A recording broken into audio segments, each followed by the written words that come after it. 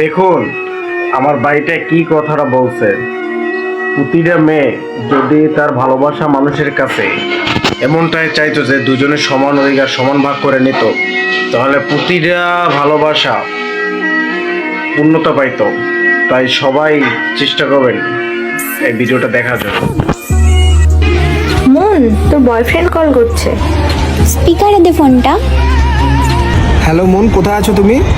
এই তো মাউসুমার সঙ্গে আছি। বলছিলাম যে আমার কিছু টাকার দরকার ছিল, অনেকজনের কাছে চাইলাম কেউ দিচ্ছে না, তাই তোমার কাছে চাইছি। আরে আগে বলবে তো, কত পাঠাবো? 1000 টাকা। ঠিক আছে আমি এক্ষুনি পাঠাচ্ছি।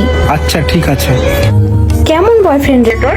আজকালকার দিনে ছেলেরা মেয়েদের পিছনে টাকা খরচা করছে, আর তুই মেয়ে হয়ে ছেলেদের পিছনে টাকা খরচা করছিস? কি বলবো তোকে। আচ্ছা, এটা কোথায় লেখা আছে বলতে পারিস? যে একটা ছেলেকে একটা মেয়ের পেছনে টাকা খরচ করতে হবে? কেন, একটা মেয়ে কি পারে না একটা ছেলের পেছনে টাকা খরচ করতে? তার থেকেও বড় কথা, ও খরচ করুক বা আমি, ব্যাপারটা তো সেমই। তাও ওর এখন সত্যি খুব খারাপ সময় চলছে।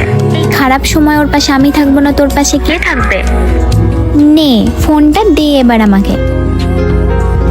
আরে তুমি এতক্ষণ কলেই ছিলে? হ্যাঁ আমি ফোনেই ছিলাম।